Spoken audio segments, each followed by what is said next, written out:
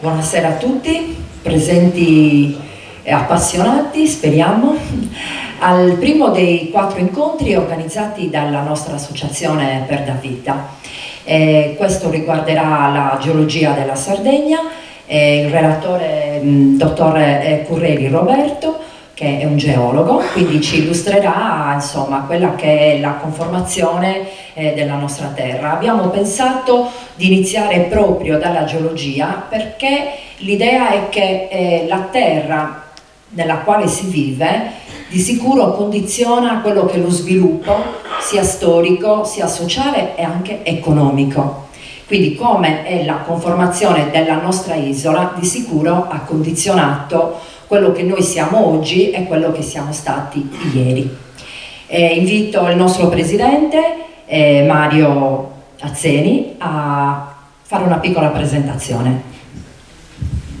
Allora, buonasera a tutti. Oggi usciamo un po' fuori cioè noi ci eravamo concentrati nelle precedenti manifestazioni su Serramanna e sul suo territorio. Oggi usciamo un po' fuori da Serramanna, non andiamo molto lontano perché siamo comunque in Sardegna e apriamo questo ciclo di conferenze che, sperando di dare un contributo alla conoscenza della nostra storia, perché pensiamo anche che conoscere la propria storia sia importante, perché soprattutto di questi tempi in cui non si sa bene come stanno andando le cose, quindi conoscere la propria storia serve secondo me a conoscere meglio se stessi e capire anche dove si sta andando, quindi sapendo da dove veniamo possiamo capire anche meglio dove stiamo andando. Niente, chiudo qui velocemente, vi auguro buon ascolto. Grazie Mario. E adesso do la parola all'assessore Giovanni Maccioni. Grazie, buonasera a tutti. Insomma, come amministrazione abbiamo in qualche modo patrocinato questa iniziativa con l'associazione Perda Vita. L'idea insomma di queste conferenze nasce da una chiacchierata che abbiamo iniziato alcuni mesi fa, soprattutto l'ultimo incontro che è avvenuto 2 mesi fa. Insomma, abbiamo iniziato a concentrarci sul discorso dell'archeologia a Serramanna e l'idea parte dalla volontà da parte dell'amministrazione e anche dell'assessorato alla cultura di riuscire prima possibile, non mi sento assolutamente di dare dei tempi o delle scadenze, ma riuscire a aprire lo spazio che abbiamo qua dietro, che nasce un po' di anni fa come museo, che però non ha mai avuto la possibilità o non è mai stato effettivamente reso fruibile alla cittadinanza. Quindi partendo da questo punto di arrivo si è pensato di iniziare a avvicinare i serramannesi al tema dell'archeologia.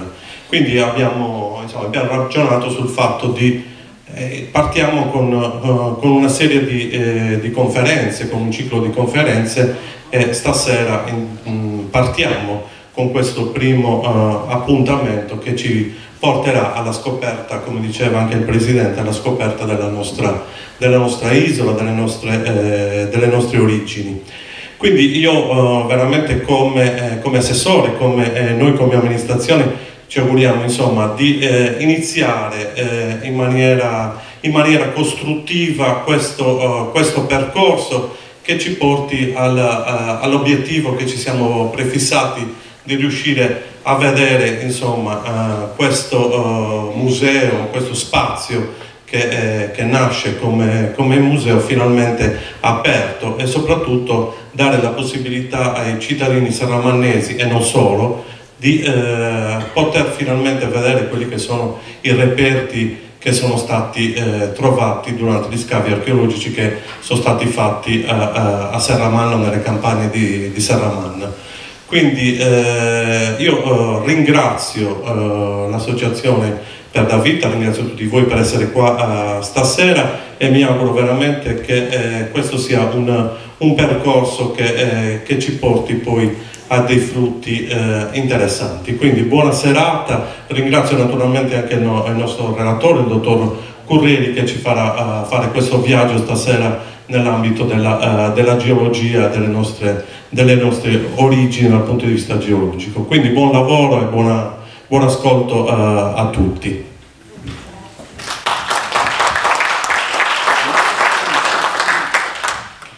Allora, abbiamo detto che il nostro relatore è il dottor Roberto Curreri, è un geologo, attualmente presidente del Speleo Club di Nugis, un'associazione culturale che gestisce il sito geospeleologico Sa Marchesa nel comune di Nugis, in località Acquacadda.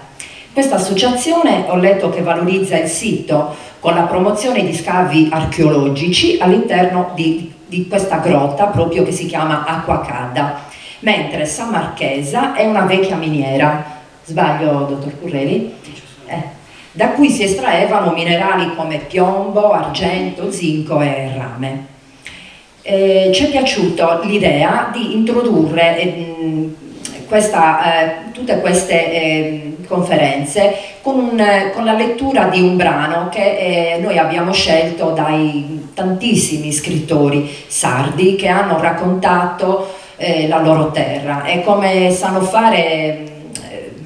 Io vorrei dire i sardi, ma forse coloro che amano la loro terra hanno scritto con passione e con dedizione, veramente quello che loro hanno vissuto vivendo proprio nella loro terra. Ho tratto questo scritto dal libro di Marcello Serra, Sardegna, quasi un continente. Un libro edito nel 1958 che è stato ristampato varie volte e ha avuto un grande successo. Ho preso giusto le prime frasi.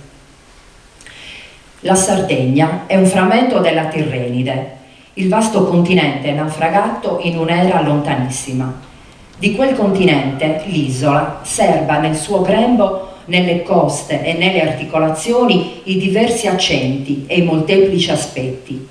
La Sardegna è dunque un continente in proporzioni ridotte, che conserva, condensate in più breve spazio, le proprietà e la varia natura della Tirrenide sommersa.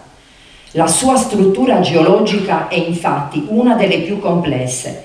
La trama del suo paesaggio muta con invenzione inesauribile ed altrettanto le vene dei metalli che si diramano sotto la sua corteccia. Proprio da questi repentini trapassi, da tante brusche metamorfosi, nasce la prima emozione nell'animo sbigottito del viaggiatore, che non può sottrarsi al sortileggio di questa terra che il fuoco di tanti vulcani, il tumulto delle convulsioni millenarie hanno tormentato in ogni fibra, plasmandola con i più estrosi effetti.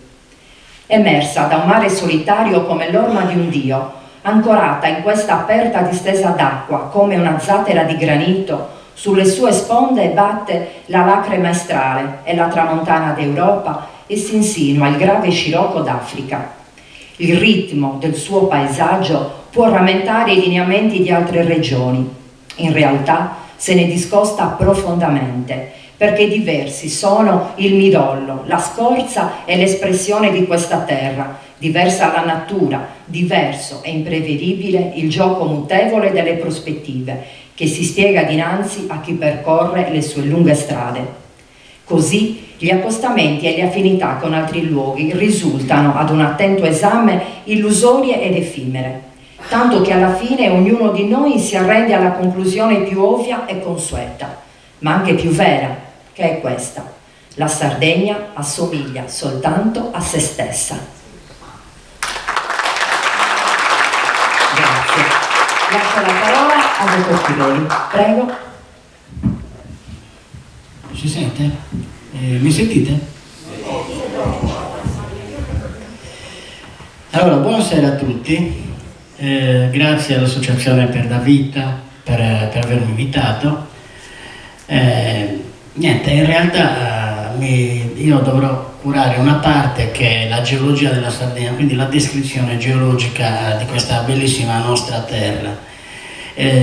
Come diceva la signora adesso che ha parlato, che ha anticipato, il discorso effettivamente la Sardegna è un piccolo continente, perché in realtà c'è tutto quello che c'è nei grandi continenti, e questo ha caratterizzato un po' tutto.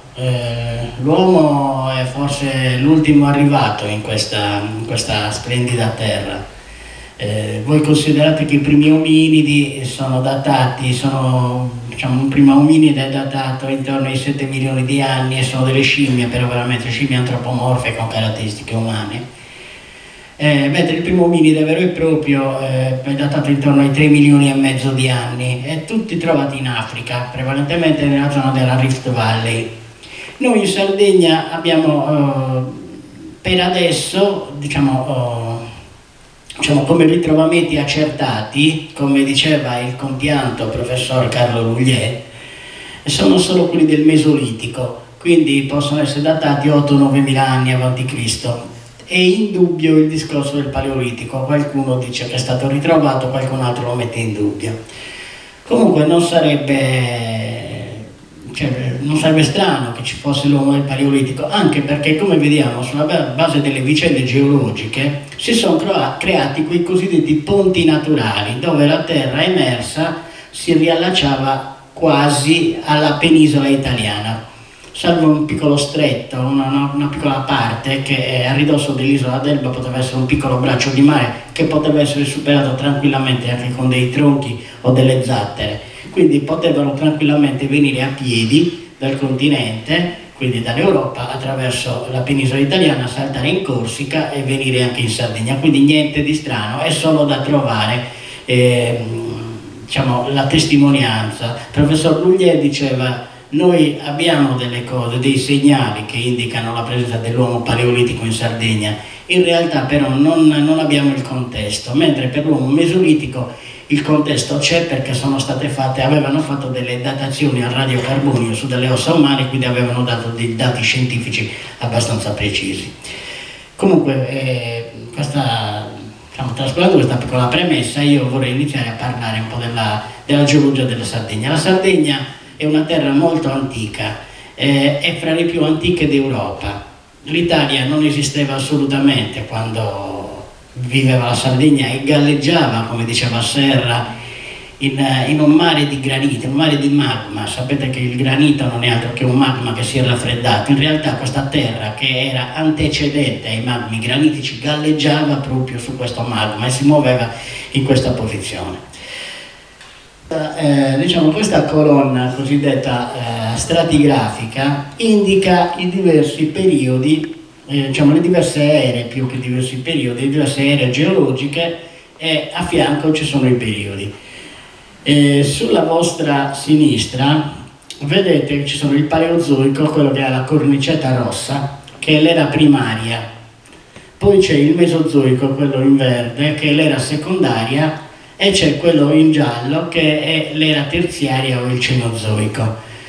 Il Precambriano, quello in blu, è stato inserito in realtà sino a una ventina d'anni fa, cioè una trentina d'anni fa, si pensava ci fosse il Precambriano in Sardegna, quando io ero studente.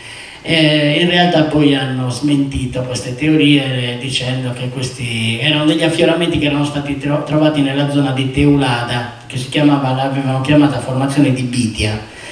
In realtà poi hanno visto che non erano precambriani, ma appartenevano all'Ordoviciano, quindi un periodo del Paleozoico. I periodi, abbiate pazienza, sono dei nomi che devo utilizzare perché si chiamano così, quindi non posso utilizzare altri nomi. Il Paleozoico è caratterizzato partendo dal basso verso l'alto, dal Cambriano, dall'Ordoviciano, il Siluriano, il Devoniano, il Carbonifero e il Permiano. Allora, prevalentemente nei primi periodi le terre erano coperte dai mari, quindi per la maggior parte erano delle acque che coprivano questi fondali. Tant'è vero che i primi fossili che si trovano sono fossili di origine marina prevalentemente. Ecco, la parte più antica della Sardegna è quella dove c'è diciamo, segnato in rosso, in modo particolare il Sulcis e l'Iglesiente, sono le prime terre emerse, sono datate al Cambriano inferiore intorno ai 540 milioni di anni, perché anche le altre, anche la zona del Gennargentu, il Sarrabus, il Gerrei, sono tutte la Gallura dove ci sono graniti, sono rocce paleozoiche, però pare che non siano depositate, siano state diciamo trasportate. Vi faccio un esempio.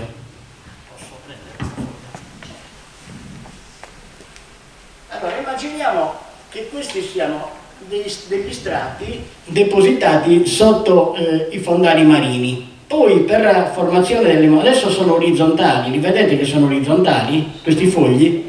Se io li comprimo, li piego, adesso li vedo verticali nella parte laterale. Ecco, queste sono le cosiddette strutture a piega. Tutte le montagne che noi abbiamo si sono formate a seguito di questi movimenti che si chiamano corrugamenti. Tanto perché se voi osservate, soprattutto nelle zone dove ci sono rocce diciamo antiche, vedete che gli strati sono sempre piegati, hanno sempre un andamento in questo senso o in questo senso, e non sono altro che i fianchi di queste pieghe. Il Paleozoico del Sulcis Iglesiente invece è stato depositato e non è stato piegato e trasportato. Se io piego questa struttura, a forza di piegarla, a un certo punto si corica, perché una questione di gravità tende a farla coricare, quindi questo movimento occupa degli altri spazi, ma in realtà se questo arriva sino a qui non è stato depositato qui, ma è stato depositato qui, ok, su questo? Quindi non sono rocce depositate in sito, cioè sul posto, mentre invece il Cambriano dell'Iglesiente è stato depositato qui e qui è rimasto, non si è spostato. Avete capito il concetto? Quindi questo, il Cambriano del Sulcis Iglesiente, si dice che è autoctono, cioè del posto, mentre le altre rocce paleozoiche, quelle che vi ho detto del Sarrabus, del Gerrei, della Barbagia, eccetera, sono alloctoni cosiddetti, cioè trasportati, sono stati depositati successivamente dalla tettonica. Questo puntino rosso, lo vedete? Lì era dove era la Sardegna nel Cambriano, quindi siamo anche nell'emisfero australe. Attualmente noi siamo nell'emisfero boreale, quindi a nord dell'equatore, mentre allora eravamo nell'emisfero australe ed eravamo collegati con l'Africa, con il continente americano, ed era, diciamo che era un supercontinente con degli altri piccoli continenti, chiamiamoli così, circondato da un grosso mare che era la cosiddetta Pantalassa. Quindi il continente della Gondwana era il continente dove c'era anche la Sardegna, mentre la Pantalassa era il mare che gli stava tutto attorno. Queste erano le faune che vivevano in questi fondali marini. Allora, questi qua giù sono dei trilobiti. Cosa vuol dire trilobite? Erano della famiglia delle mosche, degli artropodi erano, quindi della famiglia delle blatte, ecco, per dire, erano di quella famiglia lì. Però si chiamavano trilobiti perché erano divisi in tre lobi. Se lo vedete, c'è una parte laterale, una parte centrale allungata e un'altra parte laterale. E anche in senso longitudinale abbiamo la testa, la parte centrale e la coda. Quindi aveva tre lobi sia in senso trasversale che in senso longitudinale, per quello venivano chiamati trilobiti. Questi si sono estinti alla fine del Paleozoico. Quegli altri che sembrano dei calici, anche questi sono animali molto particolari. Si chiamano, il nome di questo animale è archeociata. Erano, dal punto di vista geologico, vengono indicati come fossili guida. Cosa vuol dire? Che se io trovo quel fossile dato precisamente la roccia, do una datazione precisa. Io quando trovo questo fossile qui so che quella roccia è del Cambriano inferiore, perché oltre questo si è estinto questo animale, quindi non lo troviamo poi successivamente, e quindi non c'è né in precedenza e neanche successivamente. Quindi la datazione di quella roccia è quella. Quegli altri, che sembrano dei rametti, quelli si chiamano briozoi ed erano dei microrganismi che vivevano sempre sotto i fondali marina, però che vivevano in colonie, avevano delle strutture coloniali. Questa è la zona di Canal Grande ad Iglesias. Vedete gli strati come sono piegati? Io vi ho fatto vedere prima l'esempio del foglio come si piegava. Ecco, questi non sono altro che è l'andamento che va da lì verso questa parte. Avete visto? Cioè, gli strati sono inclinati in questo modo, dall'altra parte saranno inclinati in questo modo. Quindi l'andamento della piega è questo. Questo dal punto di vista geologico, questa zona è molto importante perché si trovano i trilobiti, quelli che vi stavo dicendo prima, che sono delle specie che indicano il periodo preciso di questo tipo di rocce. Ecco, vedete come erano i fondali marini, i fondali che vediamo anche oggi. Quando andiamo al mare, cosa vediamo? Vediamo quelle ondine, no? Che sono causate sia sul fondo appena entriamo in acqua, ma anche nella spiaggia, troviamo tutta questa serie di ondine. Ecco, questi qui molto spesso nelle rocce si vede in sezione, tagliata la roccia, si vedono proprio questi andamenti di queste onde, che sono delle impronte di fondo. Indicano che erano quando io trovo rocce con questo andamento, so che erano dei fondali marini. In inglese si chiamano ripple marks e sono appunto delle impronte di fondo. Ecco un trilobite, vedete, questo è un fossile di trilobite che viene da Canal Grande e vedete come erano, come camminavano. Questo è il fossile che è arrossato perché si dice quasi così che è limonitizzato, cioè ci sono stati ossidi di ferro che si sono idrossidati e sono diventati ruggine, per capirci, ruggine con acqua che è limonite in realtà. Ecco, una volta terminati questi depositi, che erano caratterizzati da sabbie prevalentemente, questi depositi marini, sui fondali marini, erano delle sabbie fini prevalentemente, il mare, il clima comincia a cambiare, diventano delle zone di piattaforma, i mari non sono profondi, sono bassi e inizia a precipitare il carbonato di calcio. Non solo precipita il carbonato di calcio, iniziano a svilupparsi dei coralli, delle forme che hanno guscio calcareo e formano appunto le strutture calcaree. Subito dopo queste arenarie, che prendono il nome di arenarie di lievito, vengono questi calcari. Questa è la zona di Masua, vedete l'isolotto di Pan di Zucchero, si vede? E non è altro che un affioramento di calcare, erano delle vecchie barriere coralline, queste in sintesi, delle vecchie barriere coralline dove i gusci dei coralli si sono trasformati in roccia e hanno formato appunto queste strutture. Ma diciamo che questo avviene un po' in tutte le ere geologiche, sia nel Mesozoico sia nel Cenozoico. A Villa Greca c'è una bellissima barriera corallina del Miocene, del Terziario, dove appunto si vedono delle colonie di coralli ancora ben conservati, e stiamo parlando di 12-13 milioni di anni fa, ecco, non è, quindi stiamo parlando di periodi abbastanza lontani. Poi cosa succede? Nell'Ordoviciano da 485 milioni di anni a 443 milioni di anni la superficie inizia a sollevarsi, inizia l'orogenesi, inizia quel fenomeno che vi ho fatto vedere prima con il sollevamento da parte dell'azione del magma, del mantello, i movimenti di queste placche iniziano a sollevarsi, si sollevano e a quel punto lì, man mano che si sollevano, si formano anche i fiumi.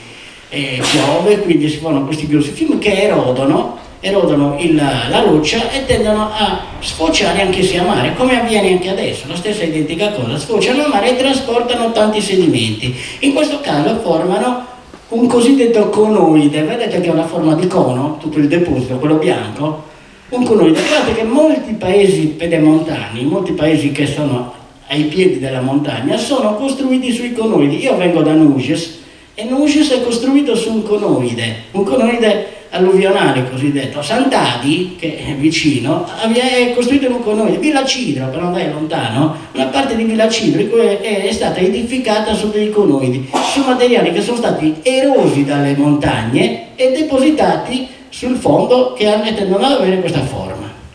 Ecco, vedete il fiume in alto che scorre e quando arriva alla foce forma un delta in questo caso. Quando sfocia a mare forma i delta. Quando invece non sfocia a mare ma sfocia in una zona pianeggiante che si è formata per motivi diversi, sicuramente motivi tettonici prevalentemente, e in questo caso, quindi di dislocazione, in questo caso forma i conoidi. Questo vedete quindi una serie di rivoli che tendono a depositare i sedimenti, a formare dalla montagna che è questo andamento, quindi un andamento inclinato, e poi c'è il mare che è piatto. Questa è la laveria La Marmora di Iglesias, dove si vedono queste, si vede l'isolotto di Pan di Zucchero, che è quello là in fondo, non questo davanti, quell'altro là in fondo, e queste rocce rosse prendono il nome di, io adesso lo dico alla vecchia maniera, adesso c'è un altro nome, questi cambiano sempre, non è che questi si svegliano, è come la datazione delle ere geologiche, non si danno mai le datazioni di ere geologiche perché esiste una commissione internazionale che si riunisce 2 volte all'anno e ogni volta che si riunisce cambia le datazioni di questi livelli geologici. Quindi come il Cambriano prima 600 milioni di anni, poi è diventato 560 milioni di anni, poi 520, adesso 540, stanno sempre cambiando, quindi appunto, vabbè, quando si parla di geologia 1000 anni non è niente, cioè non è come un discorso di archeologia. Comunque, tornando al discorso dell'archeologia, oggi per fortuna, questa è una piccola parentesi, per fortuna gli studiosi stanno iniziando a capire che le scienze vanno collegate tutte assieme. Infatti da noi nel nostro sito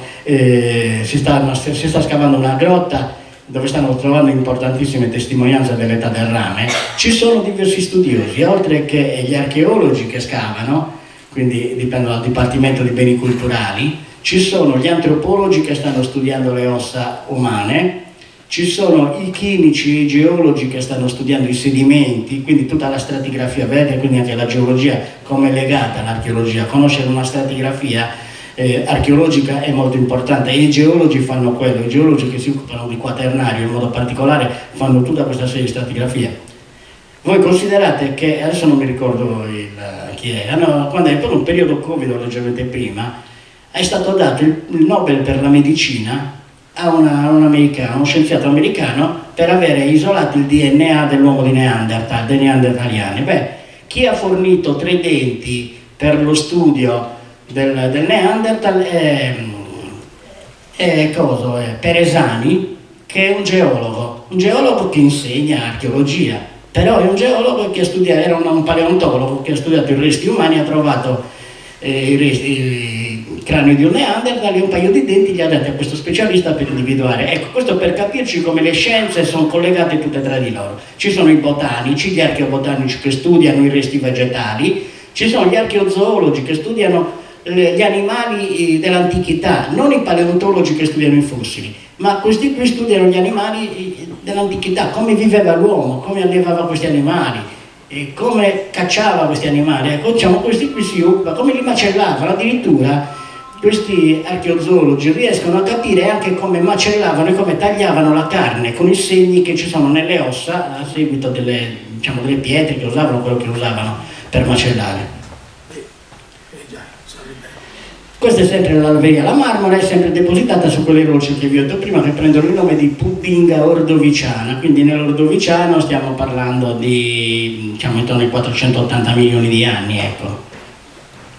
Ecco le faune dell'ordoviciano. Troviamo sempre i trilobiti, quindi noi stiamo parlando da 485 a 443 milioni di anni. Troviamo sempre i trilobiti. Poi vedete questo altro con delle placche. Questi sono tutti animali estinti, anche quegli animali lì si chiamavano cistoidi e facevano parte della famiglia dei ricci marini, delle stelle marine, erano degli echinodermi, quindi animali che vivevano sempre in quel periodo. Ancora ci sono dei briozoi, che abbiamo visto prima, e quelli che sembrano dei ventagli, vedete quelli che sembrano dei ventagli? Quelli si chiamano brachiopodi.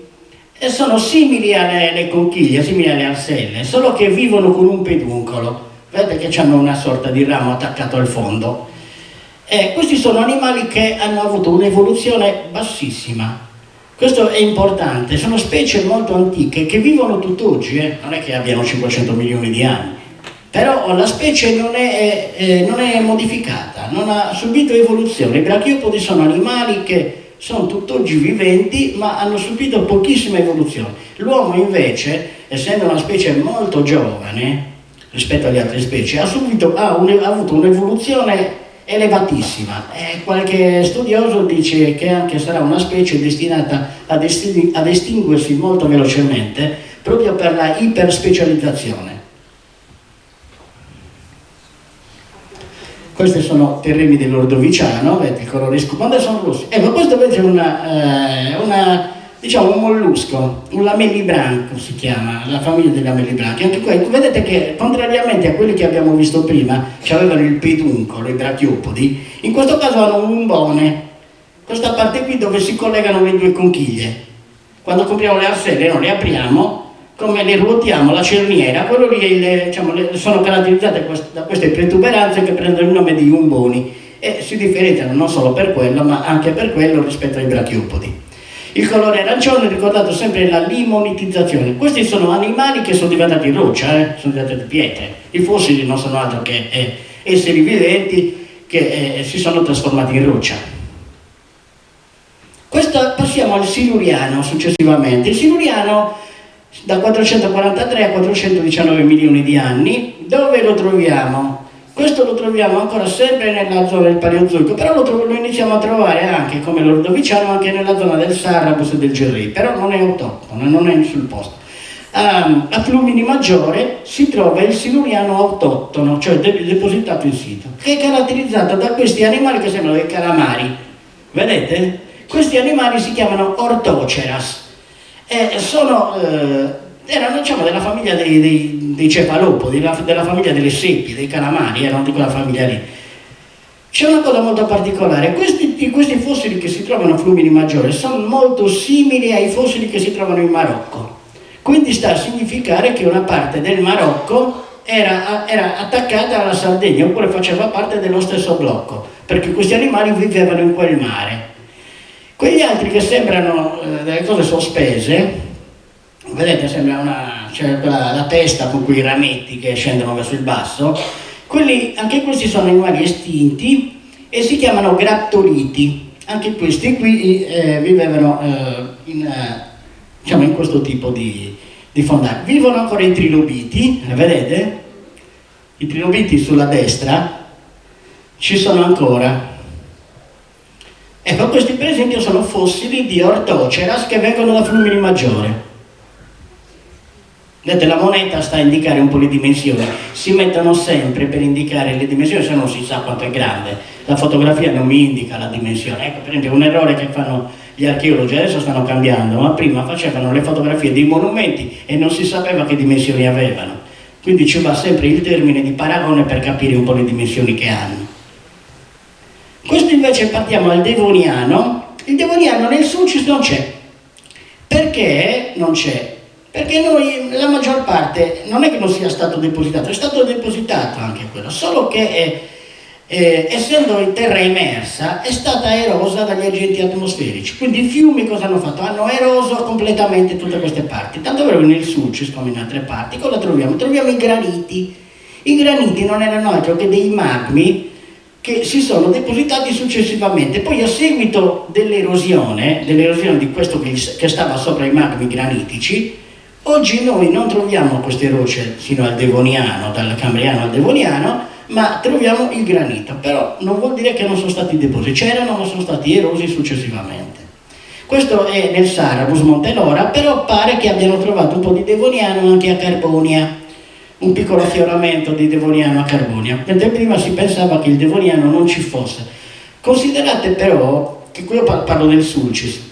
Nella zona dell'Iglesiente e nella zona di San Roch, quindi a ridosso di Capoterra, il Devoniano e il Siluriano si trovano, non si trovano il Sulcis.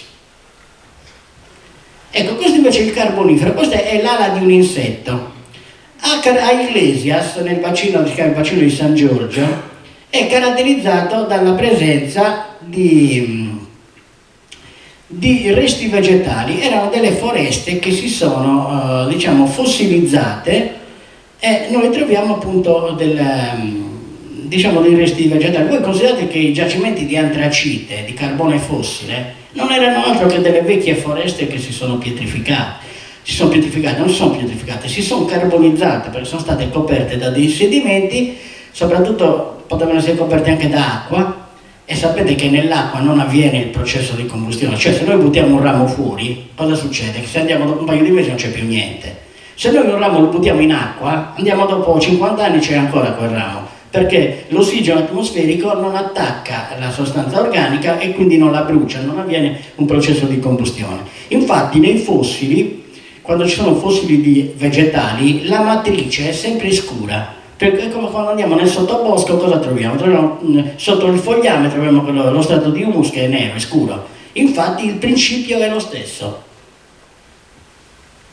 Ecco, queste sono delle anularie, sono dei vegetali, sempre del bacino di San Giorgio, sono un tipo di felce, chiamiamole così, comunque sono caratteristiche di questa zona. Ecco, sempre nel Carbonifero, vedete, la Sardegna si trova un po' più in alto rispetto a quello che abbiamo visto prima, però è sempre nell'emisfero australe, è sempre sotto l'equatore, però si trova leggermente, si sta muovendo, si sta iniziando a muovere. Ecco, vedete, qua ci sono due placche, un esempio dove una placca, dove ci sono le frecce, indica che questa placca va sotto la Gondwana, sotto quel grosso macrocontinente. Allora, se io sfrego queste mani, vedete qua, a parte che mi genera calore, perché io sfregando genero calore, ma qua diventa una zona di, diciamo, una zona di instabilità, quindi si iniziano a formare le catene montuose. Ma io ho un esempio anche semplice, nel senso che se io sfrego vedo che si solleva il dito, se io spingo il dito tende a sollevarsi e così si formavano le catene montuose. Questa placca che entrava sotto la placca continentale, sotto Gondwana, la Sardegna è dove c'è il punto rosso. Quindi lì cosa significa? Che era un'azione dove subivano tutta una serie di azioni molto forti e avvenivano quindi sia il sollevamento delle montagne, le montagne del Sulcis Iglesiente si sono formate a seguito di questo movimento qui e quindi era una zona molto instabile. Ecco, vedete questa linea nera, cioè questa linea gialla tratteggiata, non è altro che il punto dove la placca africana, l'Africa scende sotto la placca nordamericana e si genera l'orogenesi ercinica cosiddetta. Quindi questa orogenesi che ha 300 milioni di anni. Abbiate pazienza, i nomi io devo usare quelli, non saprei come si chiamano così, io mi chiamo Roberto di nome e così mi chiamo, non c'è poco da fare. Ecco, vedete le pieghe come si formano? Se voi quando osservate in campagna, osservate delle rocce che sono piegate così, è un'azione appunto alle spinte che si sono formate. E le due frecce indicano i movimenti, come è avvenuto. Ecco, questo è un po' più estesa. Quindi posso chiedere, ma le spinte cosa sono date? Dai terremoti? No, allora le spinte sino a poco tempo fa, non si sapeva, poco tempo fa, diciamo 60-70 anni fa, si pensava che i continenti si muovessero, però non si capiva come si muovevano. L'esempio è semplicissimo. Se voi quando mettete una pentola d'acqua a bollire per fare la pasta, alla fine cosa succede? Quando il calore raggiunge una certa temperatura si vedono le bolle che escono, non è altro che un moto di questo tipo. Allora la spinta, il calore spinge le particelle dell'acqua verso sopra, trova il freddo, la temperatura fredda sopra l'acqua che non è calda, ma noi abbiamo temperatura, cosa fa il freddo? La spinge verso il basso nuovamente, questa scende nuovamente, c'è la fiamma e la fa risalire e ha un movimento di questo tipo. Quindi i movimenti avvengono sia in questo modo sia in questo modo. Quando io li faccio muovere così, le due placche convergono. In questo modo, vedete che le mie dita si avvicinano. Come? Movimenti tettonici. Sono dei modi. No, la tettonica è il risultato di questi movimenti. Questi sono dei moti cosiddetti convettivi. Allora, vedete le mie dita scendono, risalgono e si avvicinano. Se io ho due placche, si avvicinano, si scontrano e si formano le montagne. Se io invece faccio i movimenti al contrario, vedete che le due dita si allontanano Allora cosa vuol dire? Che i continenti si allontanano. L'esempio dell'Africa col Sud America. L'Africa col Sud America, se voi vedete la mappa geografica, il planisfero, vedete che una parte del Sud America combacia con la costa dell'Africa, perché erano attaccate prima. Quindi, se io i moti convettivi ce li ho messi in questo modo, arrivo sopra, vedete che si allontanano le dita, poi scendono, si riavvicinano sopra, mentre l'altro era il contrario, si avvicinavano in alto e si formano però le montagne. Quindi si formano gli oceani quando si allontanano e si formano le montagne quando si avvicinano. Ok? Avete capito il concetto? Ecco, vedete, in questo caso cosa succede? Che il magma granitico risale, però sopra ci sono 5-10 km di depositi di roccia. Questi quando vengono erosi, quando vengono portati via, il magma granitico nel frattempo ha raffreddato e da magma è diventato granito. È quello che noi troviamo. Se andiamo nel Sulcis, per esempio, vedete Monte Arcosu dopo si liqua, poi lì ci sono tutte le montagne di Sant'Adi, sino ad arrivare a Capoterra, ma anche il Monte Linas a Villa Cidro, la stessa identica cosa. Quelli lì erano queste masse che sono venute a giorno, sono emerse, spingendo anche le rocce che gli stavano soprastando, poi sono raffreddate, sono diventate roccia, sono diventate granito e lo strato di roccia che gli stava sopra è stato corroso, è stato eroso, non c'è più niente, quindi trovo il granito. E a indicazione trovo delle rocce metamorfosate, ma è un po' più lungo questo discorso. Nel Permiano da 298 a 252 milioni di anni iniziano la Terra emerge e cominciano a esserci anche delle forme che vivono sulla Terra. In questo caso erano degli anfibi trovati a Gonnesa. A Gonnesa hanno trovato i resti ed erano simili a questi, erano tipo salamandre, però erano degli anfibi, non erano dei rettili. Ecco, vedete, lo scheletro, quello tratteggiato in giallo, è un esempio di essere vivente che è simile a quello.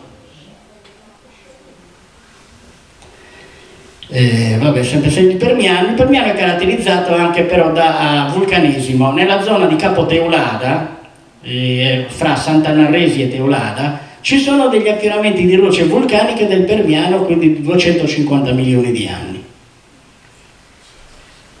Ecco, qua invece siamo ad Alghero. Qua trovano l'alosauro, che non è altro che, vedete questa colonna vertebrale, non era di un dinosauro, era un dinosauro, un protodinosauro, un dinosauro arcaico, non faceva parte dei dinosauri. Però, perché in Sardegna per adesso non sono stati ancora trovati dinosauri, ed è strana la cosa, perché in Provenza, dove era attaccata la Sardegna prima, trovano tantissimi fossili di dinosauri, invece in Sardegna non ne hanno ancora trovati, non li hanno cercati. Questa è recentissima, questa scoperta, è di qualche anno fa, non è una scoperta molto antica. Quindi vedete, questa è una colonna vertebrale di questo allosauro, che è un antecedente, un progenitore, un genitore, chiamiamo così, dei dinosauri. Ecco, vedete come erano, più o meno? E questa è una ricostruzione che hanno fatto del paleoambiente che c'era ad Alghero.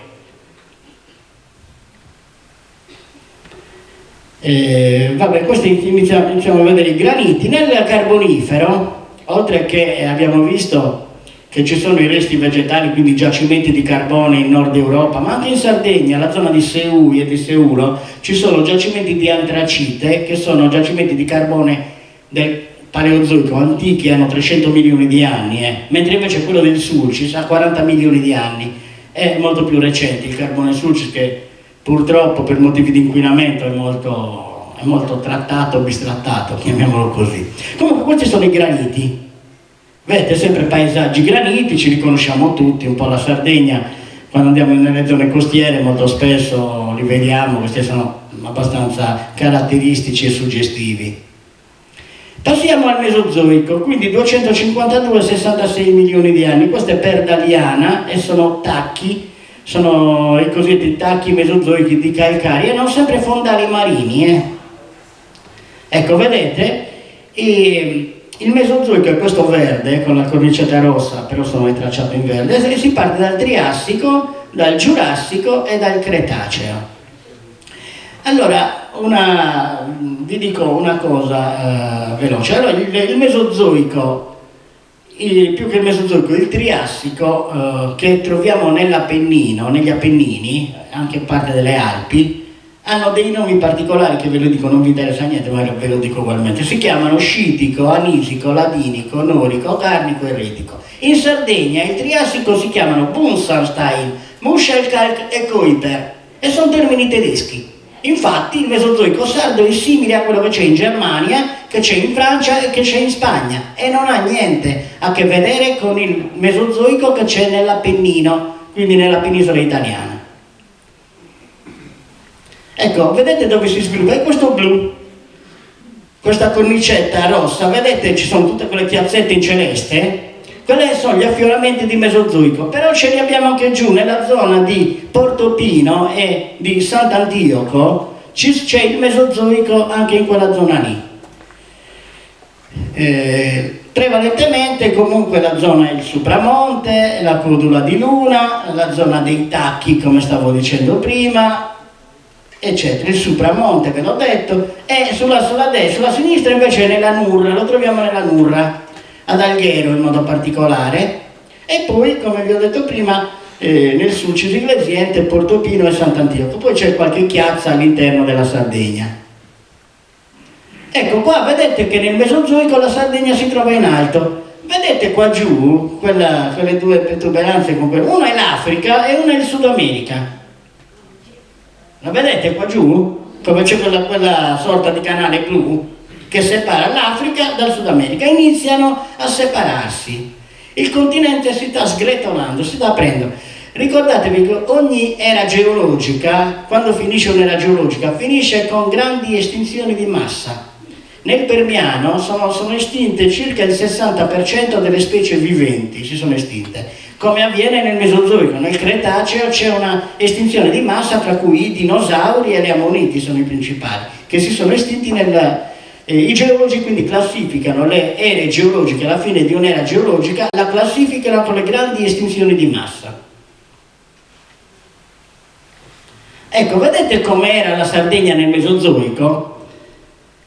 Nella zona del golfo, dove c'è il golfo di Orosei, che è tracciato in bianco, lo vedete? Quella in bianco è la Sardegna attuale.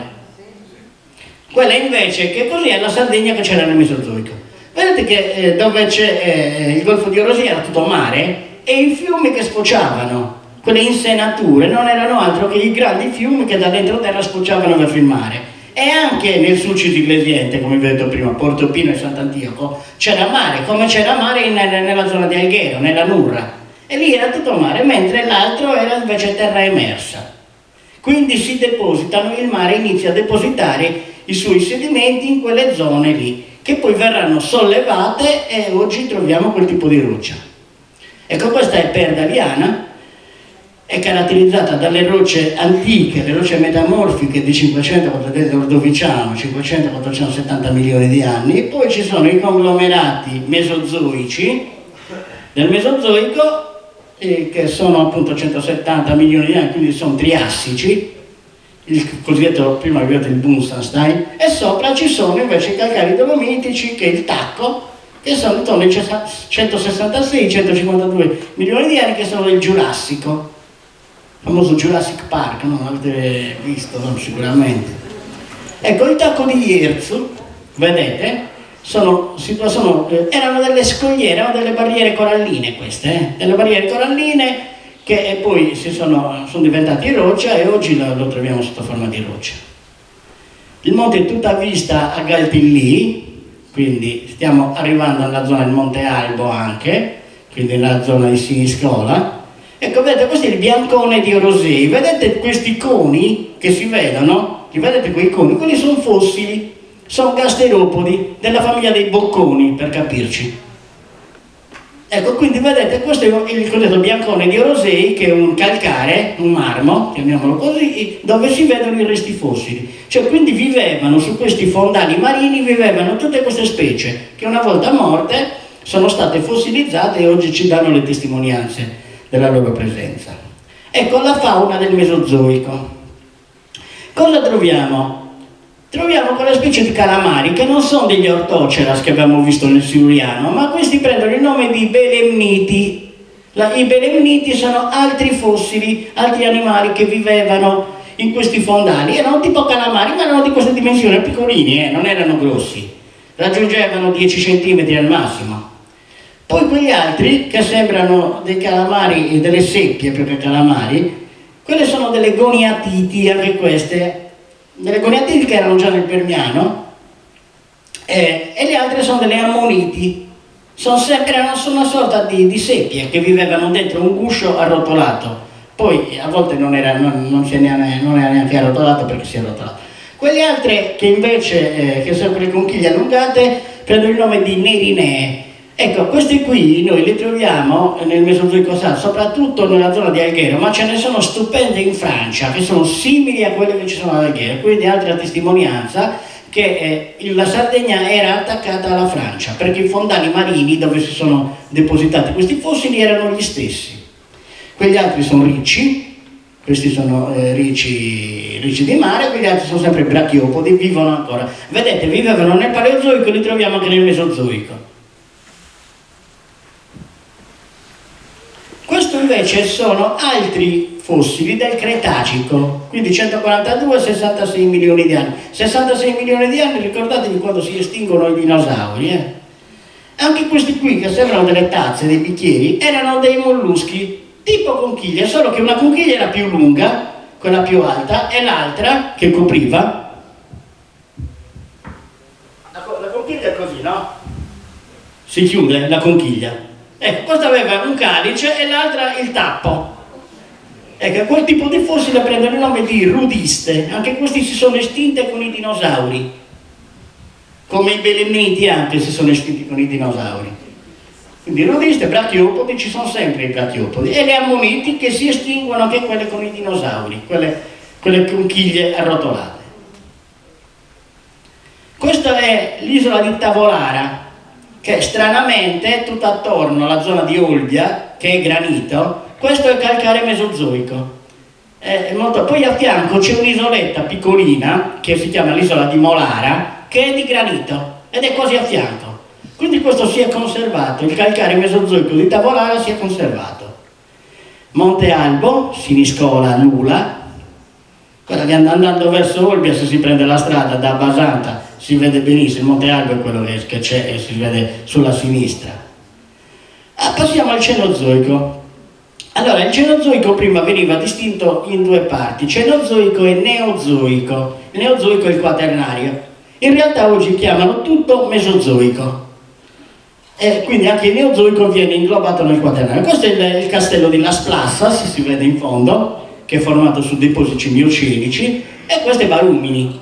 Quindi tutta la piana, anche la zona di Serramana, il basamento è miocene, qua c'è pliocene, c'è quaternario, pleistocene in modo particolare, però il basamento è miocene, perché era un fondale marino, è tutto un grosso fondale marino questo. Ecco, vedete, il giallo è il Cenozoico, l'era terziaria, che parte dal Paleocene, l'Eocene, Oligocene, Miocene, il Pliocene e il Pleistocene e l'Olocene. L'Olocene è l'ultimo periodo.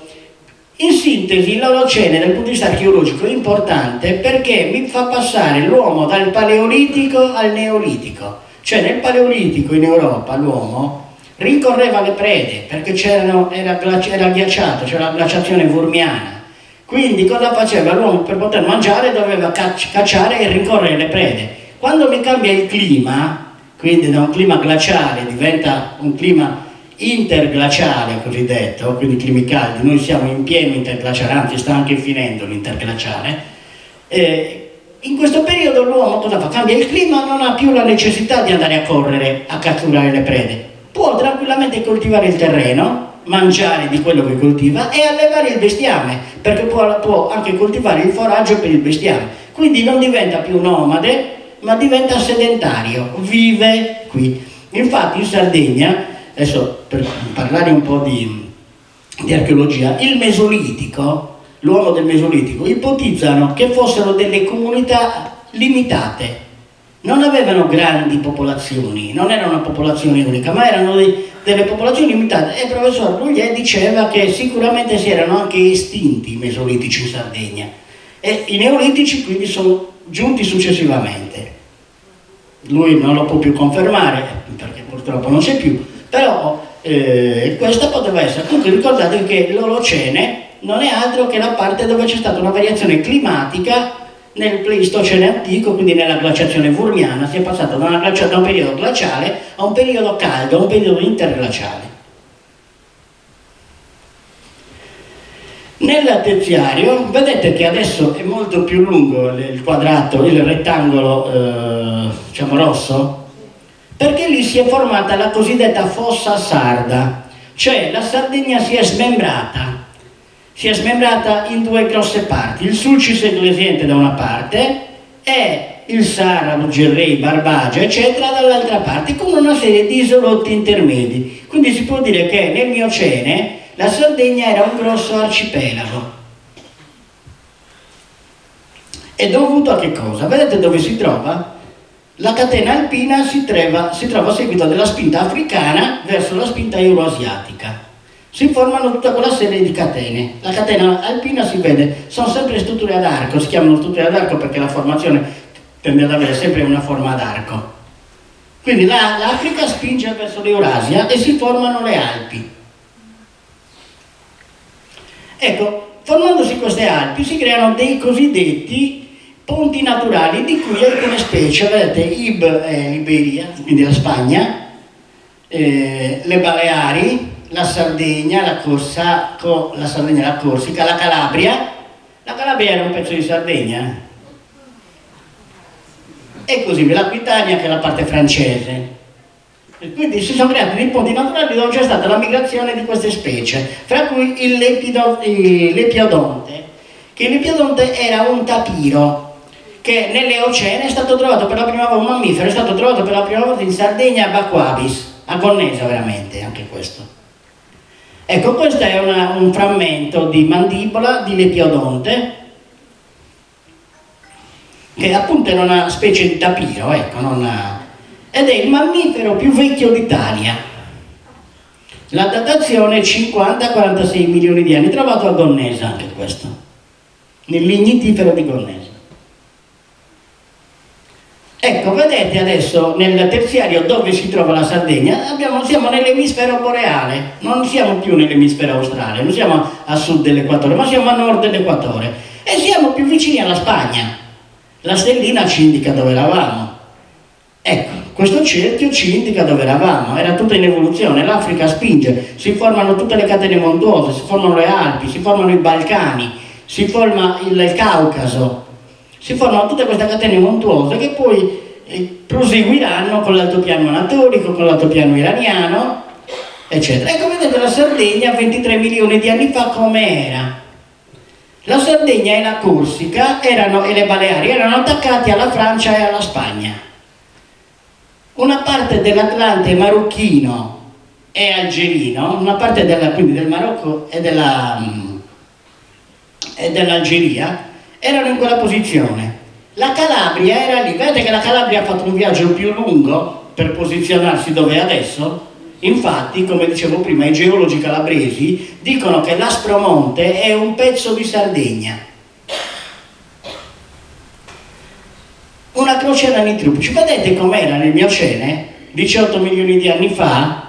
La fossa sarda, il mare entrava dal Golfo di Cagliari e usciva dal Golfo dell'Asinara.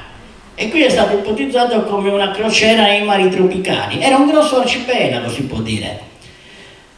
Fra cui appunto una parte entrava nella zona di Ottana, quindi la piana di Ottana da Basanta spostandosi verso Olbia, quella è la piana di Ottana dove c'era il mare anche lì. Qui era tutto mare, vedete, da Cagliari era tutto il mare. Questo blu sta a indicare come eravamo sommersi dal mare. E le terre emerse erano queste. Perché lo mettono? Vedete che anche Auristano lo mette come terra emersa? Perché a parte hanno fatto una serie di studi di geofisica, quindi sanno com'è il basamento. Ma lì c'è l'isola famosa di Maluento, di Mal di Ventre, che è un'isola granitica. Quindi mi dimostra che c'è il basamento paleozoico in affioramento. Cioè non c'erano i depositi quaternari e terziari come pensiamo ci fossero oggi, perché lì c'era il mare che entrava. Ecco, in questo caso sono i calcari di Villa Greca, che vi ho detto, erano delle barriere coralline, quindi vicino a Cagliari. Ecco, vedete le colonie di coralli? Queste sono colonie di coralli che si possono vedere tranquillamente, ma se vi capita, forse non ci fate caso, ma se vi capita di andare in campagna e vedere qualcosa di simile, sappiate che sono dei coralli quelli. I mari erano dei mari caldi, quindi a Cagliari abbiamo visto vivevano anche degli squali. Lotus megalodon era uno squalo, apparteneva alla famiglia dello squalo bianco. Noi ne abbiamo uno esposto, è stato trovato a Fangario a Cagliari, proprio è stato trovato questo dente, ma è anche facile trovarli. In Marocco se ne trovano tantissimi. Perché? Perché lo squalo sappiamo che ha tutta una serie di file di denti, non è una sola fila di denti, e quindi ne perdeva molto veloce, molto facilmente, e quindi si trovano sotto forma di fossili nelle rocce in affioramento. Qua non è che siano tanti in Sardegna, Ecco, in questo caso, quello sulla vostra destra è stato trovato a Masullas, dove c'è un bellissimo affioramento di ricci, e questo che c'è a fianco è stato trovato a Cagliari, perché noi ne abbiamo uno esposto simile a questo. Ecco, guardate la dimensione dello squalo bianco, il dente di uno squalo bianco e del Lotus megalodon. Le dimensioni erano molto ma molto più grandi gli squali che c'erano allora rispetto agli squali che ci sono oggi. E questo è un esempio.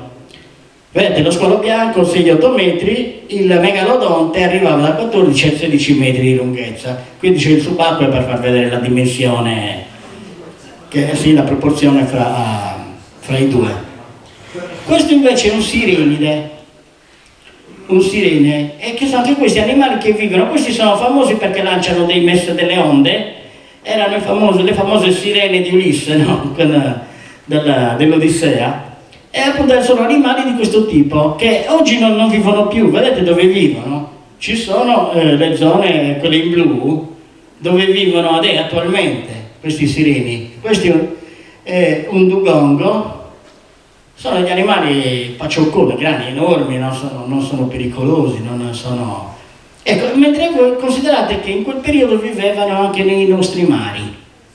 Allora, queste sono faune migratorie. Cosa ci stanno ad indicare quando queste faune che vengono dette migratorie? Che quando vivevano da noi, il clima, quando gli sireni vivevano da noi, il clima era come quello che attualmente c'è nella zona del Pacifico e dell'Oceano Indiano. Vedete, tutte quelle zone costiere, avevamo un clima simile a quello. Ecco, questi sono degli scheletri, ricostruzioni. Questi sono granchi trovati a Bosa prevalentemente, anche questi sono granchi miocenici e sono tipici. Questi qui sono molto simili a quelli che ci sono in Spagna. In Spagna sono simili a quelli di Bosa, i tre granchi che si trovano, fossili. Questo invece è il geosito di Duiduru, che è nella zona di Masullas, ed è una cava. In questa cava hanno trovato una enorme quantità di ricci, tant'è vero che l'hanno fatto diventare un geosito. È proprio tappezzato da fossili di ricci di mare. Li vedete? Queste che hanno i 5 petali. Se voi osservate un riccio quando perde tutti gli aculei, ha 5 petali. La stella marina ha 5 braccia. E quindi gli echinodermi sono sempre caratterizzati da 5 petali, quindi la famiglia è questa. Questa è una cava dove sul fondo si trovano questi fossili. Ecco, in questo caso, vedete, questo è uno schizaster, che è un fossile che viveva da noi e adesso si trova simile nel Mar della Cina. Quindi vedete il clima com'era, come abbiamo visto prima per i sireni. E anche per questo vediamo anche qua per questi echinidi, per questi ricci. Un mare, dice, un mare tranquillo, cioè un tranquillo mare tropicale, ma non troppo. In realtà, sempre nella zona di Masullas, ma non solo di Masullas, anche un po' dalla parte del Campidano, troviamo degli affioramenti di roccia vulcanica, Cosa succedeva? Sotto il fondale marino veniva fuori il magma che si solidificava sotto il livello del mare. A Masullas c'è un geossito, che è il Megapillov così chiamato, che li stanno studiando nelle isole Hawaii. Cosa succede? Il magma fuoriesce da queste fratture e viene compresso dall'acqua marina e gli fa avere una forma tondeggiante. Quindi hanno queste strutture, si chiama così, pillow lave, diciamo a cuscino, sono cosiddette delle lave a cuscino. Ecco, vedete la forma, come avveniva? Fuoriusciva da una frattura, poi la spinta dell'acqua, poi perché la goccia d'acqua quando piove è tonda? È tonda perché ha spinte in tutte le direzioni da parte dell'atmosfera, quindi l'unica forma che può avere è quella tonda. Il caso del mercurio, quando è capitato, penso a tutti, di rompersi un termometro al mercurio, cosa succede? Si formano le palline di mercurio, perché la compressione dell'aria, avviene in tutte le dimensioni, la forma che gli dà è una forma sferica. Questa è una questione di fisica. E la stessa identica cosa avviene qui. Vedete, in quella fotografia sono dei pillow che si trovano nelle Hawaii, quindi nel mare, nell'Oceano Pacifico. Questo è il Megapillov che è a Masullas. Vedete le strutture radiali, quindi quelle a stella, diciamo, al centro, non sono altre che dovute sia alla struttura laterale che quella a stella al repentino raffreddamento di questa lava. Come si raffreddava questa lava, gli dava delle forme a guscio, a cipolla, però allo stesso tempo le frantumava in senso radiale. Gli ignimbriti, quelli che chiamano trachiti, in realtà non sono altro che degli ignimbriti, cioè, ne abbiamo a Fordongiano, ne abbiamo da tutte le parti, ne abbiamo a Porto Scuso, ne abbiamo a Sant'Antioco, ne abbiamo nel Sulcis. Tutte quelle rocce vulcaniche non erano altro che degli ammassi, vedete, di materiale incandescente che si muoveva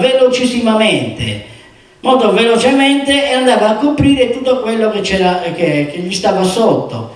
Ma siccome si raffreddavano molto velocemente al contatto con l'atmosfera, mantenevano delle superfici pianeggianti. Se siete andati a Carboni, a Monte Sirai, vedete che è pianeggiante, è un esempio di formazione vulcanica di questo periodo. Quindi vedete che in Sardegna c'è di tutto.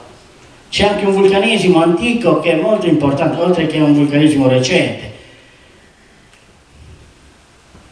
Ecco, vedete, poi si formano delle rocce che molto spesso vengono scavate. Le Domus Deianas generalmente le costruiscono su rocce di questo tipo perché sono tenere da lavorare e quindi era più facile andare a scavare le tombe in questo tipo di roccia. Ci sono anche dei monumenti, adesso non so che chiesa sia questa, una foto nella passata. Infatti in quella zona lì È stata spostata perché hanno fatto per la diga, sì. Ed è costruita in conci di tufo. Il tufo è una roccia vulcanica, non sono rocce sedimentari. Ecco, questo è Sarchitu, no, non è Sarchitu, comunque nell'Oristanese sempre, sono rocce vulcaniche. Ecco, vedete, adesso abbiamo visto di 23 milioni di anni fa, adesso 16 milioni di anni fa, com'è la situazione? La Sardegna si è avvicinata di più alla Calabria e ha creato un grosso arcipelago. Ha creato questo grosso arcipelago. Quindi da 23 milioni di anni a 16 milioni di anni la situazione è questa e si inizia a spostare. Inizia a ruotare, il blocco attaccato alla Francia e alla Spagna ruota, si stacca e ruota. Nella rotazione si sollevano gli Appennini. Vedete che c'è il mare nella penisola italiana? Nella rotazione della Sardegna si sollevano gli Appennini. Vedete? Adesso la Sardegna è quasi nella situazione attuale, non proprio, perché c'è ancora un tratto di mare nell'Oristanese, c'è un tratto di mare nel Golfo di Cagliari e nel Golfo dell'Asinara, però ha traslato e ruotato e si sono sollevati gli Appennini. Guardate, questa era la precedente. Vedete che nell'Italia c'è mare? È blu, lo vedete? Dove c'è la penisola italiana che è tracciata in bianco? È mare. Se andiamo avanti, adesso ci sono gli Appennini. Si sono sollevati gli Appennini per quel sistema di pieghe che vi ho detto prima. La Calabria ha fatto un viaggio più lungo, è andata a posizionarsi dove è adesso, una parte della Sicilia anche, e la parte dell'Africa ha sollevato, quindi la parte dell'Algeria e della Tunisia hanno sollevato l'Atlante. L'ultimo terremoto che è avvenuto in Marocco a seguito di sollecitazioni da parte della placca africana verso la placca euroasiatica. Vivevano delle faune particolari. Questo è un Tomistoma calaritanus, questo era un coccodrillo che è stato trovato a Piazza d'Armi a Cagliari. Nello scavo di struttura hanno trovato questo, che adesso è stato riclassificato, non mi ricordo il nome perché stanno cambiando sempre il nome, comunque una sorta di coccodrillo, più che un coccodrillo era un gavialide, quelli che vivono nel Gange, ed è la stessa famiglia sempre, però aveva un uso molto più allungato. E questo è stato trovato, come sono stati trovati resti di scimmie, eccetera. Quindi la fauna era una fauna molto particolare. Ecco, questo è il caso di un coccodrillo per vedere com'è. E qua cosa succede? 5-6 milioni di anni fa avviene la cosiddetta crisi del Messiniano. Cosa vuol dire? Che a seguito dell'ampliamento delle calotte polari il Mediterraneo si chiude. C'erano due grandi passaggi, uno che passava in Marocco e uno che passava in Spagna, erano dei grandi passaggi d'acqua dall'Oceano Atlantico verso il Mediterraneo. Questi si chiudono e si chiude anche lo stretto di Gibilterra, e quindi cosa succede? Che il Mediterraneo inizia la forte evaporazione e diventa un grosso lago salato, tanto è vero che i giacimenti di gesso, i giacimenti di salgemma, eccetera, che si trovano, che vengono coltivati, anche di zolfo in certi casi, che vengono coltivati, vengono estratti, non erano altro che il frutto della deposizione di questi fondali marini. L'effetto saline, quando andate a Cagliari e passate dalla zona di Macchiareddu, vedete le saline, vedete d'estate come il fondale è rosso, e a seguito della precipitazione del sale poi alcuni crostacei che ci vivono che danno un colore rossastro, però non è altro, il colore l'effetto è lo stesso, non c'è apporto di acqua, quindi il braccio è isolato, la forte evaporazione crea questi depositi del Messiniano, depositi di gessi prevalentemente. Però c'è una zona in Sardegna dove viene colonizzata è a Fiume Santo, quindi nel Sassarese, dove pare per tutto il terziario pare che sia rimasto in ambiente emerso, non sia stato soggetto è sempre nel Miocene, però non è stato soggetto a sommersione marina. Infatti trovano i resti di una scimmia antropomorfa datata circa 8 milioni di anni, ed è una scimmia che ha caratteristiche umane, caratteristiche dell'uomo, come il Sareanthropus chadensis che ho detto prima, una caratteristica, e quindi vivono queste, l'ipotesi è che il clima fosse simile, non proprio di clima di bassa macchia mediterranea, comunque simile al clima di macchia mediterranea, caratterizzato però anche da condizioni climatiche simili a quelle che ci sono in Africa attualmente, ecco. Vedete, l'abbassamento del livello del mare crea nuovi ponti. Guardate quello in alto che c'è tra la Corsica e la penisola italiana. Quello è il ponte naturale, cioè dove non era sommerso dall'acqua, che l'uomo del Paleolitico, se è venuto in Sardegna, ha potuto utilizzare, spostandosi dalla penisola italiana verso la Corsica e la Sardegna. Altri ponti sono quelli dall'Africa verso l'Iberia, quindi verso la Spagna, e anche quello può essere stato utilizzato dagli ominidi africani, dalla Rift Valley, per spostarsi verso l'Europa.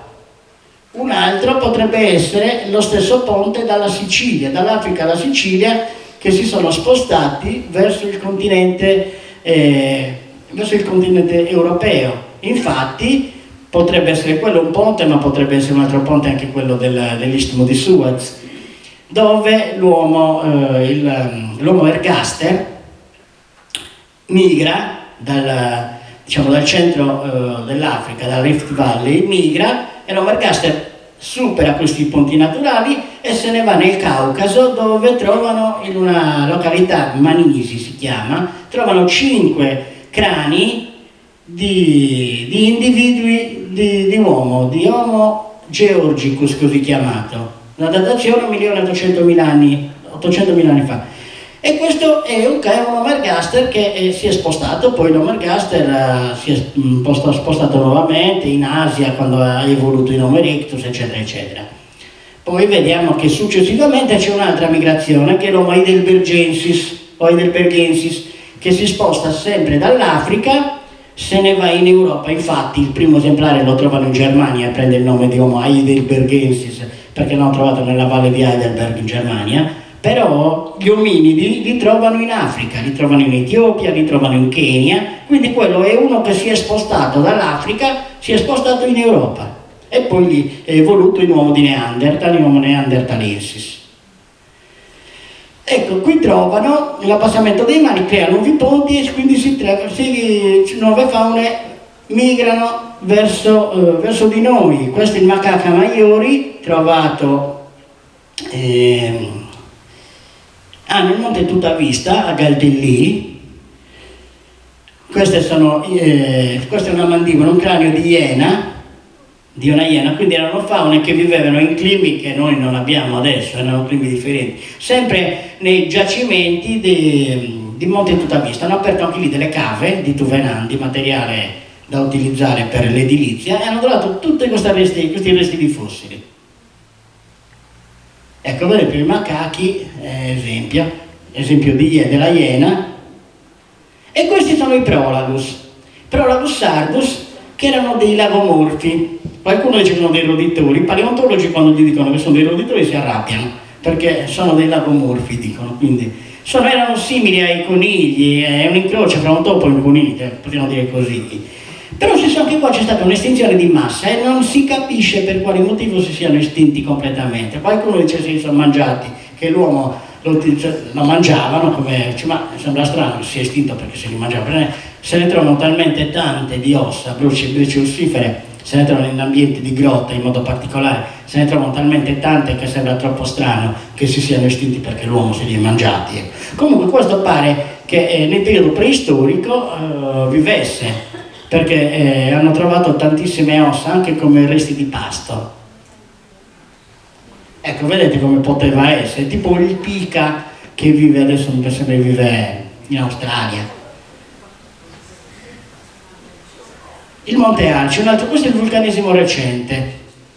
Nel Pliocene, quindi 3 milioni di anni fa, inizia un altro ciclo vulcanico che fa venire a giorno il Monte Arci, il Monte Arcuentu, le giare di Serri, di Siddi, eccetera, e quindi il cosiddetto vulcanesimo recente.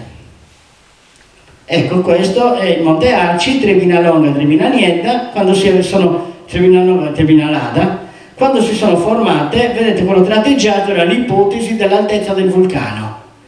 E quello che si vede, le trevine che si vedono adesso non sono altro che la testimonianza del cono vulcanico. Ecco, l'esempio è come poteva l'eruzione, la parte alta c'è l'eruzione, diventa quiescente, poi si spegne, diventa un vulcano spento, e poi l'erosione lascia queste trevine in evidenza. Questo è il giacimento di Conche Cannas a Masullas, è un giacimento di ossidiana dove c'erano le cave dove si estraeva sia ossidiana ma soprattutto perlite. La perlite era un materiale utilizzato come isolante, quindi le cave di perlite servivano per quello. Adesso sono chiuse anche queste cave, però sono rocce vulcaniche anche questa. Le giare, come vi ho detto prima, sono sempre fenomeni vulcanici recenti. Ecco l'esempio anche in questo caso, cosa succede? Le zeppare, che sono zepparedde e zepparamana, non sono altro che anche lì in questo caso i centri di emissione. L'erosione ha lasciato questi centri di emissione che oggi si possono osservare. Quindi attività di tipo esplosivo, tipo quella che c'è l'Etna attualmente. L'Etna ha un'attività mista, quindi un'attività lavica e un'attività piroclastica. Ecco, il Miocene, la situazione com'era, nel Pliocene si iniziano a formare i depositi vulcanici e oggi l'erosione mi fa emergere le giare, che sono queste qui, quelle in grigio scuro. Attualmente noi vediamo quello e sotto vediamo i depositi del Miocene, quelli gialli, i depositi terziari. Glaciazioni. Allora, nel Quaternario ci sono state una serie di glaciazioni. Noi partono dalla glaciazione Donau. Ricordate, sono tutti termini tedeschi perché i più grandi studiosi della geologia sarda sono tedeschi. Quindi abbiamo la glaciazione Donau, il periodo interglaciale, quello rossiccio, dove le temperature, quando sono... Allora, vedete questo grafico ad andamento così? Le temperature sulla destra sono temperature fredde, quelle sulla sinistra sono temperature calde, dove i climi si riscaldano. Quindi danno periodi glaciali, quelle fredde, a periodi interglaciali, che sono calde. Vedete, le temperature si spostano sulla sinistra. Quelle invece, quelle fredde, quelle in blu, si spostano sulla destra, quindi sono periodi freddi a periodi caldi. Allora il periodo glaciale è il Donau, il periodo interglaciale, il periodo caldo, quindi il Donau-Gunz, l'altra glaciazione che viene dopo la glaciazione Gunz, poi c'è un altro periodo interglaciale Gunz-Donau, poi c'è la glaciazione Mindel-Riss. A noi ci interessano queste ultime tre invece, la glaciazione Riss e la glaciazione Riss-Wurm. L'interglaciale Riss-Wurm e la glaciazione Wurm. La glaciazione Riss dà delle faune molto particolari. Noi non avevamo dei ghiacciai, perché la Sardegna era una condizione particolare, però c'erano dei venti gelidi, dei venti freddi che venivano da nord, che trasportavano sedimenti eolici e li depositavano a ridosso delle coste. Tanto è vero che se andiamo al mare, in quasi tutte le coste noi troviamo delle sabbie eoliche. Sono sabbie grossolane giallastre e non sono altro che sedimenti trasportati dai venti. Io parlo della mia zona perché la conosco bene, ma c'è un po' da tutte le parti. La zona di Portopaglia Gonnesa, la zona di Spiaggia Grande a Calasetta, la zona di Portopino, la zona di Candiano. Troviamo questi sedimenti che non sono altro che mi indicano le glaciazioni di quel periodo. Nella glaciazione Riss trovano anche il mammut in Sardegna, a Gonnesa, a Fontana Morimenta, trovano i resti di un mammut nano. Così, prima era un elefante nano, invece l'hanno riclassificato ed era un mammut, come i mammut che vivevano in Europa, solo in Europa e in Asia. Solo che in questo caso, essendo un'isola, c'è stato l'isolamento insulare, quindi il fenomeno del nanismo insulare, rimanevano specie molto piccole. Ecco, questo è il Promegaceo cazzioti, che è un cervo, anche questo estinto. Questo era alto 1,20 m a Garrese, era piccolino, aveva delle corna enormi, però era molto piccolo. Anche questo si è estinto nel Pleistocene. E questo era un canide invece, il Cinotherium sardum. Era un cane tipo una volpe, era piccoletto. Però anche questo è un animale che si è estinto e vivevano assieme con il cervo e con il mammut.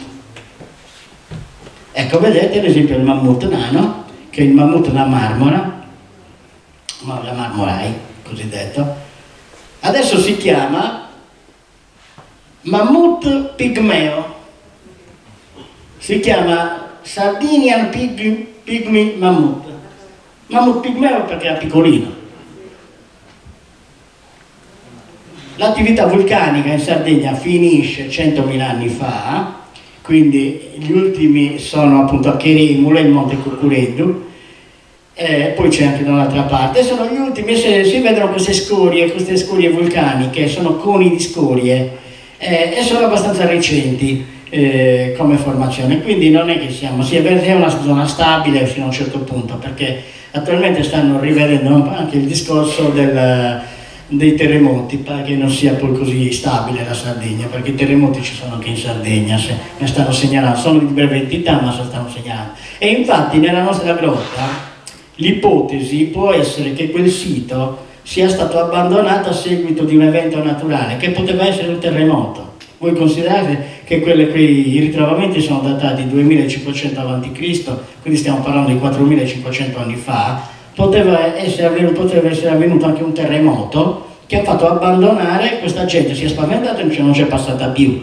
per dire, e lì è dimostrato da tutta una serie di cose. In primo luogo perché hanno trovato una monofase, cioè cosa vuol dire? Hanno trovato solo cultura di Monte Claro, non c'è altro. Quindi significa che è stato abbandonato quel posto e non sono poi intervenuti successivamente a contaminarlo, per dire. Questo è sempre Bonorva e così abbiamo finito l'intervento. Mi auguro di non avervi annoiato più di tanto.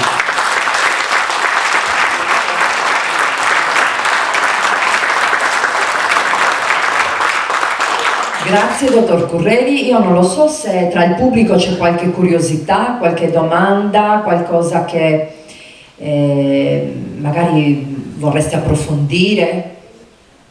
Qui sono i calcoli orali, pressappoco, come si è formato? Allora quelle sono rocce che sono alterate. Allora sono graniti, sono per esempio rocce metamorfiche o rocce ignee che hanno subito un'alterazione, quindi il talco non è altro che un'alterazione dei minerali precedenti. Sicuramente sono determinati dalla circolazione dell'acqua, sono sempre minerali idrossidati. Morbida. Sì, ma la morbidezza non vuol dire nulla, vuol dire, cioè, non vuol dire nulla, vuol dire che è stata alterata, non che non vuol dire nulla, vuol dire che è stata alterata, quindi è abbastanza tenera da lavorare. Infatti nella scala Mohs il talco è una delle prime, una di quelle che ha resistenza più bassa come materiale.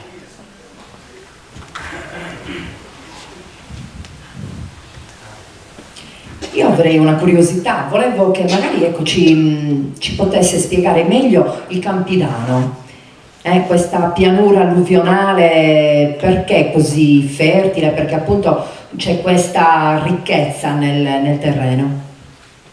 Allora, come abbiamo visto prima, a un certo punto nel terziario del Miocene la Sardegna si è smembrata in due parti, quindi dal nord a sud, e si è formata la fossa sarda. In questa fossa è entrato il mare.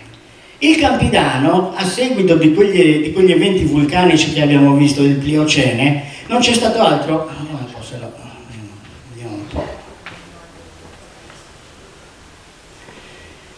Vedete, alcune parti hanno sprofondato. Questo è un discorso di tipo della formazione geologica delle giare. Nel caso del Campidano c'è stato un ulteriore sprofondamento nella fossa sarda dove il mare pliocenico è entrato, tanto è vero che il Campidano ha un orientamento differente rispetto alla fossa sarda che è nord-sud.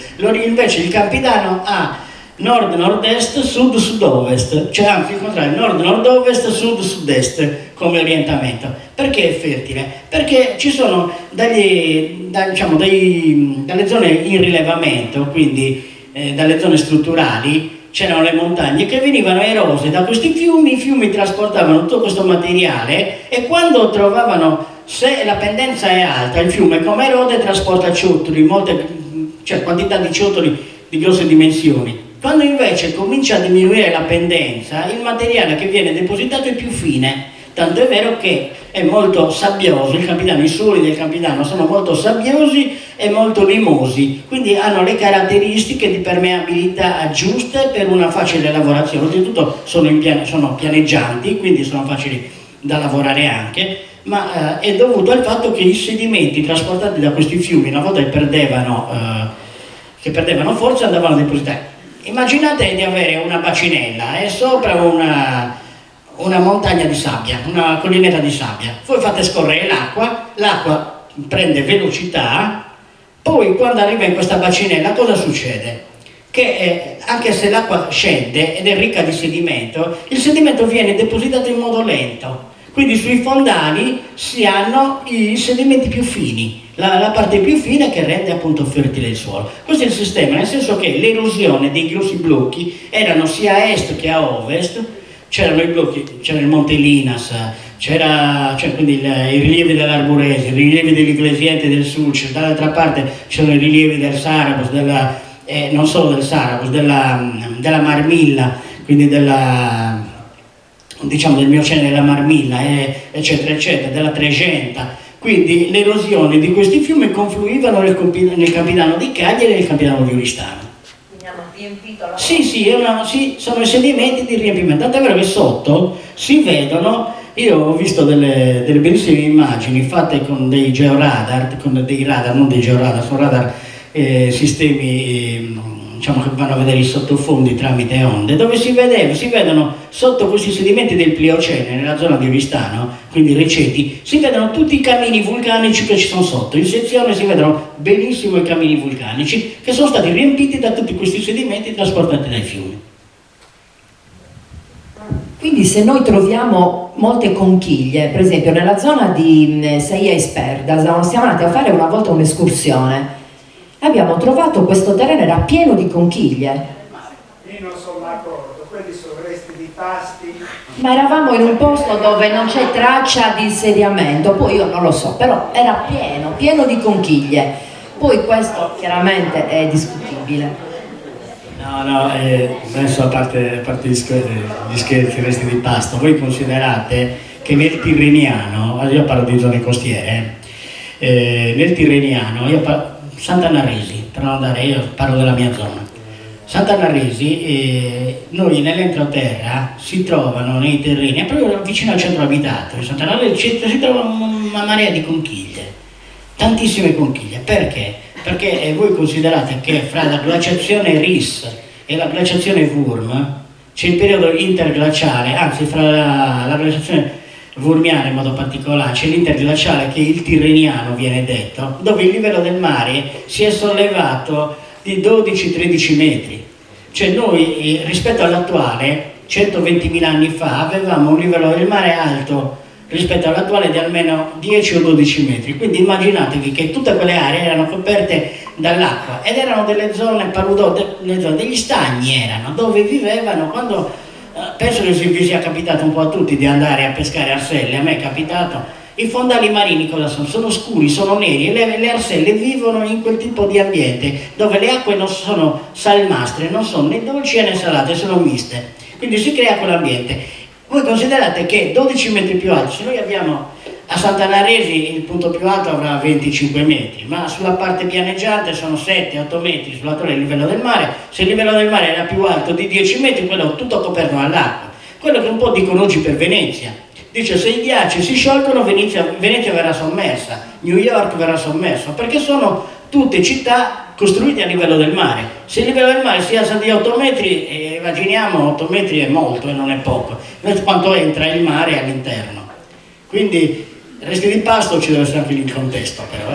No, questo l'hanno detto degli archeologi e si trovano in corrispondenza di villaggi neolitici che praticamente hanno lasciato, oltre le conchiglie, anche resti di ceramiche. Se sono combinati con le ceramiche sì, è un'altra cosa. Ceramiche non c'erano. Nel contesto geologico. Certo. Va bene, ringraziamo dottor Curreri per questo excursus, diciamo, lungo tutte queste aree geologiche veramente milionarie, e soprattutto ringraziamo voi per averci seguito, fatto compagnia, e vi aspettiamo per i prossimi incontri. Il prossimo, se non sbaglio, è il 17 sempre di maggio, e sarà presente il dottor Ugas che ci parlerà del periodo prenuragico. Grazie ancora e buona serata.